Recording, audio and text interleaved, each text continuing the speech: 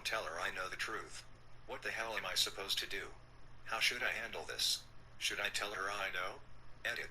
My best friend just took me out for a movie and a drink.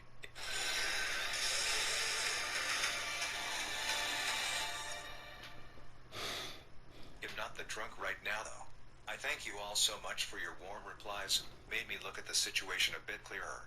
I have decided to break it to Rose this week, but I need some time to think about how to tell her I know. I don't know if I should try getting there slowly or just break the news to her somehow. I even considered bringing her sister with me, but I genuinely think she will be pissed. Edit 2. After seeing some comments asking how the adoption process went, I decided I need to explain some things. First of all, it's worth mentioning that the adoption process wasn't immediate, and it took about a year between the time that happy couple found us outside the mall and the time they adopted us. We were in foster care at the time, and Rose used to keep touch with them, and they would come visit us once or twice a week or so, I'm told. I don't know what to believe now. Eventually Rose broke down in tears for them and told them she hates foster care and that her little brother me would grow up here, and she couldn't bear that thought. At that time they decided to try and adopt her and hired lawyers and stuff, and after a few months it was legal and done. At least that's what I was told. I don't think my adoptive parents knew, but if they did, then that story is probably a lie too. Update. Okay, so I first of all want to thank everyone for your honest replies. It really helped me to get my feelings straight and get ready to confront her. So after a week of avoiding, I came to her house with a picnic basket by surprise so I'll have a chance to speak with her. She was happy to see me, and I told her to sit down because we need to talk. I started things with saying that I know that she has a secret that she's been hiding from me for years. Her face turned red and she started crying like hell. She knew what I was talking about. I told her the story about the DNA test, about Janet, and basically what I told you guys in the last post. Well, after she calmed down a bit, she told me the truth. She told me how she got drunk at a party and slept with one of the jerks who does nothing but weed every day. He didn't really care about a future kid and was like, yeah, whatever. Apparently she found out that 10 years ago he was stabbed in prison after sitting for drug dealing, assault, and armed robbery. She told me how her mother used to convince her father to talk me out of the idea of keeping the baby. They would constantly fight with her. When the baby was born, they told her on the spot that she brought shame upon the family and they will not help raising the baby in any way, meaning she will have to work meanwhile to have money for her baby and sometimes for herself. After a couple of months of loaning from her friends and juggling between working and taking care of me, she had a huge fight with her parents and told them that if they are not helping financially and barely in any sort of way, she and me are better off without them. As they sent her to her room, she escaped in the middle of the night, hitchhiked to a neighboring country, and by morning she was there already. She tried to take care of me for a few days. She found an old abandoned house that used to have homeless people coming around every now and then, and she took me to the mall when I started crying. She started crying too. The couple that adopted us immediately came to our aid and asked if we lost our mother. Rose jumped on the opportunity and came up with a story and an alias. Police figured out we are not in the system for multiple reasons. We were raised in foster care for a year and a half until the couple that helped us decided to make the effort and adopt us so we won't be separated. It took them a few months and a couple of lawyers, but they managed to adopt us both. Rose knew all along that her parents are looking for her. They came to their senses after a day or so. She reached out to them and told them in a letter that she is fine and is taking care of herself and me. She is not homeless and found a nice couple to help her with the baby. She made it clear for them that she is never coming back and they should stop looking. And a month after that they stopped. A few years later her father went on a quest to find her. She was after 18, secretly. After so much time searching, he found her and apologized, and after a while she forgave him and kept secretly in touch with him. He met me a few times and I knew him as one of Rose's old friends from the park. He helped us a few times and apparently they would meet up once every 2 months secretly. Ironically, I'm glad I got to know him before he passed, even if I didn't know who he really is. By the way, the adoptive family never found out about the whole thing. So after hearing this, I told her we missed a lot by not knowing she is my mother, and I told her I understand she did the right thing. I pulled out an "It's a boy" sign from the picnic basket and some snacks for a late baby shower, and we hugged for an hour or so, had a lot of fun, watched a movie, and I headed off to my parents' adopted house to have dinner with them.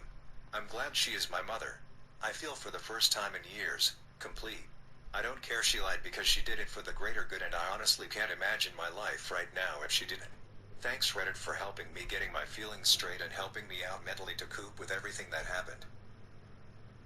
These dogs physically are just leaps and bounds in front of most other breeds of dogs. You know, they were originally built for war. essentially that's where Hulk came from. It's a long history of dogs here.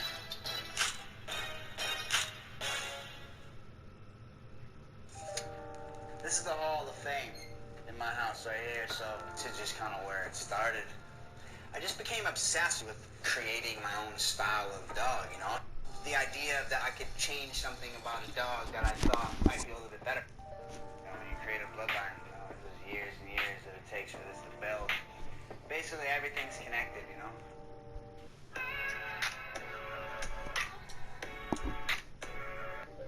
Maya was one of my first dogs. My first breeding dog. Without Maya, none of these dogs exist. My first breeding, actually, that I ever did was Maya to Cassius. Rest in peace, my boy. I love you. And that's where Hulk's grandmother came from. Maya and Cassius produced Mia. This is Mia. That little brown dog in the front is this dog here. This is the king. I built an entire empire with this dog right here. He's also the Hulk's grandfather. We bred Mia to General, and they created Gianna. Mia, chill. Come on. These two dogs produced Gianna, who is Hulk's mother. So these are Hulk's grandparents right here that you're looking at. So that's actually where Ghostface comes into play. I knew that I put enough girth in Gianna to where, you know, she is wide like a truck. So any dog that I bred to her that was tall, they were going to meet somewhere in the middle, you know. So that's where Ghostface came into play, and essentially that's where Hulk came. You take these two dogs, you put them together, Ghostface and Gianna, and you get Hulk. We know this guy. This is Hulk when he was first born. Gianna looking in the background like, what you doing with my baby? You see me with no mustache, little young looking fella. They all have, you know, relation then. So if you go back to it, so if General is Hulk's grandfather, Zion is the son of General. We got Blade right here. Blade is the son of Zion. So there's relation there. So it comes from kind of a special situation. Like his father, Blade, was shot somewhere off my property, and Blade bred to his mom the day before he got shot. I got really lucky this time. You know, obviously you see that there's one key dog that is not up here. He was here before. The day before he passed away, his painting fell on my stairs. That's a true story. Ace was absolutely the most amazing trained dog that I've ever seen in my life. It's the same lines as Hulk. They're cousins, or they have the same grandfather. That is one in a million. So now we're at Roxy. I brought Roxy in, and when we brought Roxy to Hulk, we came up with Dynasty and Hercules. So that's where they came from. I did a breeding with Hulk to a dog named Cleopatra, and that's where Kobe came from. Basically, females just don't get credit they deserve. They just don't. I've had Stella since she was 8 weeks old. She does this funny thing.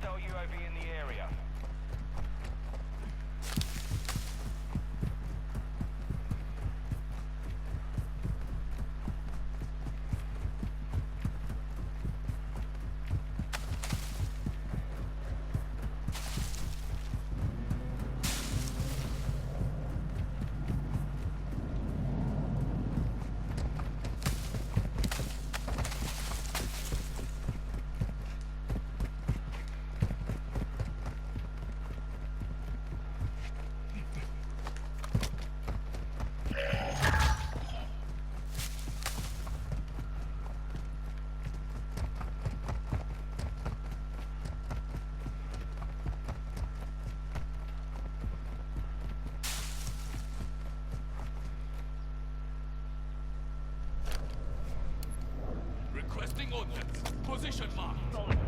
Mortar strike underway.